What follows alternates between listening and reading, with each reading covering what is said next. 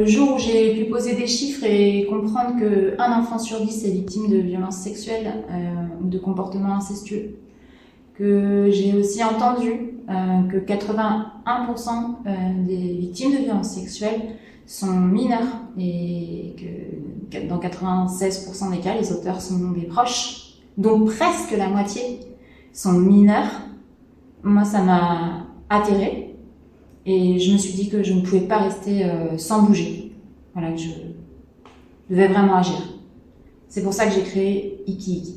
Iki Iki est une association qui met l'art, la culture et le jeu au service de la santé affective et sexuelle des enfants et des adolescents.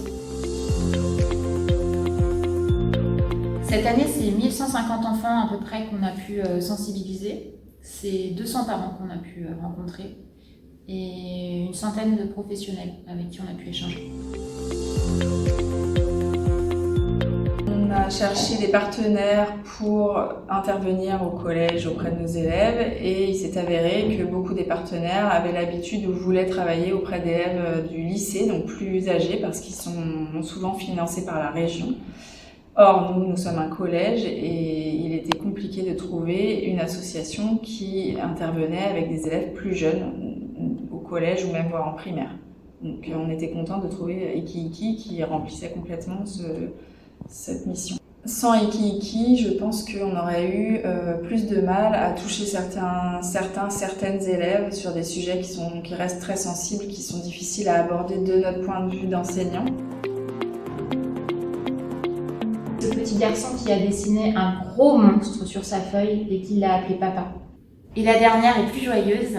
C'est une petite fille qui, suite à nos interventions, a dit que désormais, elle se sentait beaucoup plus forte. Sans la Fondation Territoriale 44, on n'aurait pas pu commencer déjà notre salariat et même la création de nouveaux outils. Et au-delà de ça, on a pu aussi trouver des formations sur le mécénat. La demande est très forte, les départements limitrophes nous appellent et donc on souhaiterait pouvoir essaimer au niveau régional. Mais ça va être un sacré challenge puisque nous faisons face aux baisses des subventions et au manque de moyens de l'éducation nationale.